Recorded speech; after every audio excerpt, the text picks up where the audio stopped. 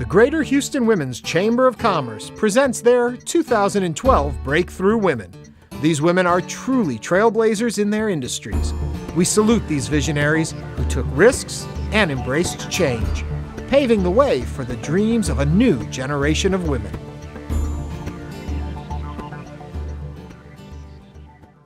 My career path was a blessing and it was a complete accident at the same time. I began my career on the landlord representation side of the business and evolved over to the tenant representation side of the business.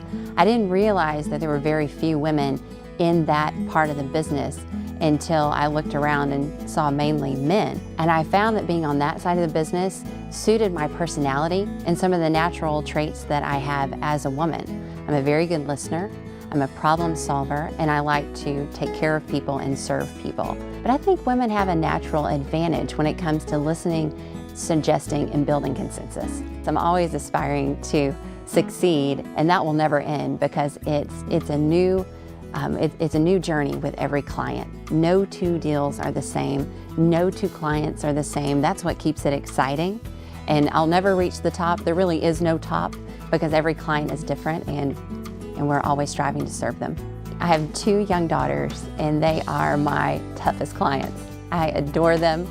I work hard for them just like I do my business clients to make them feel like they're my only client. And that's probably the biggest challenge of being a working mom, is to serve your clients at work and at the same time have your ear open to the needs of your children throughout your workday. I expect so much from myself. I'm hard on myself and I expect excellence in all areas of life, and being a mom will help you understand very quickly that you can't be perfect in all areas. You just do the best that you can do, and you accept that and you move on to meet the next demand and the next demand and the next demand. But I had to lighten up on myself.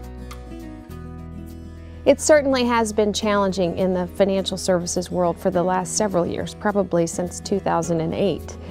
I've been proud to work for JP Morgan Chase throughout that time, and it's great to be with an organization really committed to doing the right thing by our clients and in the community and really for the larger economy. Having said that, it's always challenging juggling all the things that are going on in life. I'm fortunate that I don't have to sleep a lot, so that helps as well. With work and with family, I don't want to miss anything. And so just always trying to prioritize. I often use the 5-year rule and ask myself, if I'm not there, who will remember in 5 years or who will care? And 8 times out of 10, the answer is probably your kids might remember that you weren't at whatever the event is. Professionally, maybe not so much. I just think taking care of yourself physically, spiritually, mentally is critical. I mean, you can't give to others what you don't have yourself. And so I think you've kind of got to focus on being at your best so that you have that energy to give to all these other things. I also think it's important because as leaders in our organizations, we set the tone for how everybody else works and lives outside of work, and I think people need to have a balance. I think this organization made of women who are committed to helping other women is incredibly powerful for so many reasons. We can help each other in our business. We can help each other through coaching and friendship and just being a great support network, and then just bringing visibility to the women that are leaders in all different areas in our community. It's very powerful and positive. What I find most satisfying and most fulfilling about my work is I'm blessed to work with corporations and help them manage their most important resource, and that is their employees. And I have the opportunity often to work with the company and the employee to reach a resolution of whatever the dispute is that we all can live with. The reason I believe that the profession has remained male-dominated is because there are different competing interests with women. For the most part, I think everyone will agree, primary child care responsibilities typically fall with women. and balancing and embracing both an active legal profession at the same time being the primary care provider creates a very difficult challenge for many women. I attribute the success that I have in balancing my family life with my firm life to support. I'm married to a wonderful husband, and in our family, we made a decision at the very beginning that it would be God first, then family, and then work. At the firm, I've been blessed to have mentors and partners who allowed me significant flexibility well before it was popular, before we had remote access, before we could all work from our laptops. But I'll tell you, it's not been all one-sided. At home, my children know and respect that there are times when work will encroach upon home. So there is no particular time at home where I am unavailable for client matters, except when my children or my husband absolutely need me. And so there may be Sunday afternoons when mommy has to take a call. And they appreciate that and they respect it because they know the following Monday, if there is an event at 11 o'clock a.m., mommy will be at that event. So I allowed, and we've created an atmosphere that work necessarily spills over into family, and family necessarily spills over into work.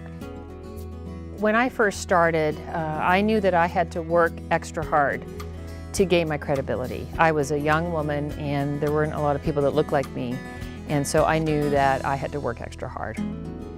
The energy industry is still fairly male-dominated, but we are seeing a lot of improvements in many areas for women.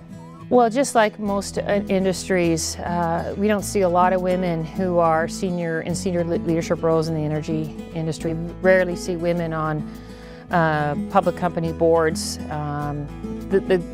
We really need to work hard on breaking that glass ceiling. I never had a formal mentor. I never had a formal coach.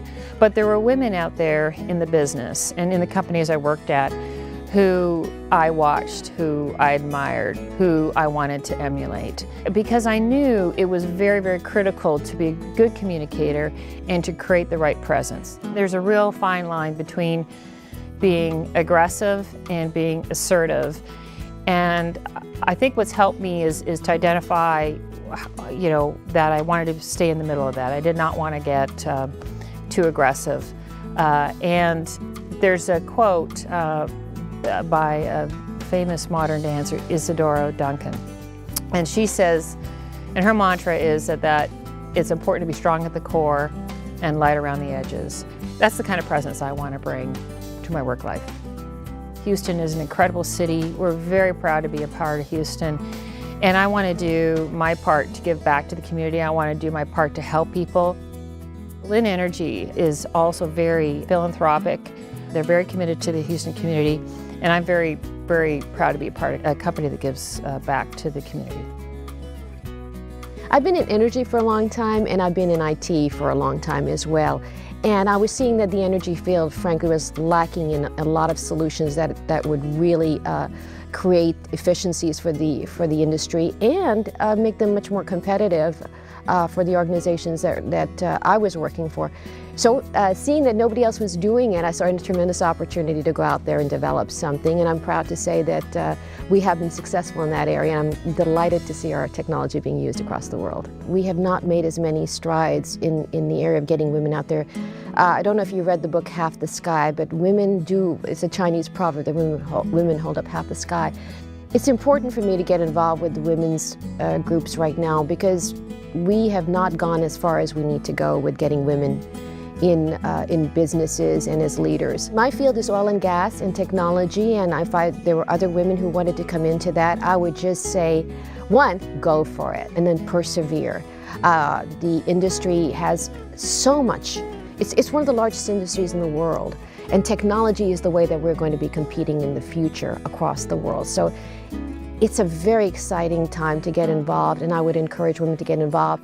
I see things in young women that I hope that I can help them with, things that I went through myself. So at this point in my life, I'm hoping that I can help other women get more involved, and in that way help businesses in the U.S., across the world, and help our community. One of the great things about being a woman who has career aspirations now is that it's pretty much your course to chart. So if that means for you that you need to take a little time out after your child is born to be with your child, no one's going to judge you for that. You need to do that and not look back. Or if you're able to juggle it and find the right team, if you will, to support you while you work full-time and advance in a career, great. If I go back in time to when my son was born and I was 24 and was working full-time, I realized at that moment how easy my mother made motherhood look, and it is not. And she had 4 children and a job and cooked every day. I still tell her, you made it look too easy. But at the time for me, I was very overwhelmed, and the only option for me was to take some time out. At the moment, I have to say, I didn't have any regrets. I wasn't torn. It was very clear. I wanted to be home. And I just figured that I'd figure it out for getting back in. And fortunately, I was able to do that. By the time I had my second child, I was older, I was more mature, I saw that I could juggle it, and I didn't take a break and have been working ever since. So I would say to any woman who feels torn, follow your instincts. You can always re-engage in work. Houston is a great place for women. We have a woman mayor, and we had a woman mayor back in the 90s when hardly anyone else did have a woman mayor. And so it's always been a place where you could see what you could do, not what you couldn't do. The most satisfying thing about being a part of Houston Public Media is that I share the love of the mission. And that's the thing that's universal across the employees. It doesn't matter if you're running it or if you are running part of it. Everybody here is really focused on serving Houston through education, great news coverage, classical music. I'm deeply honored that the Greater Houston Women's Chamber of Commerce chose me as a breakthrough woman. I just feel incredibly lucky that such a fine organization would recognize me and the great other women who are involved in this.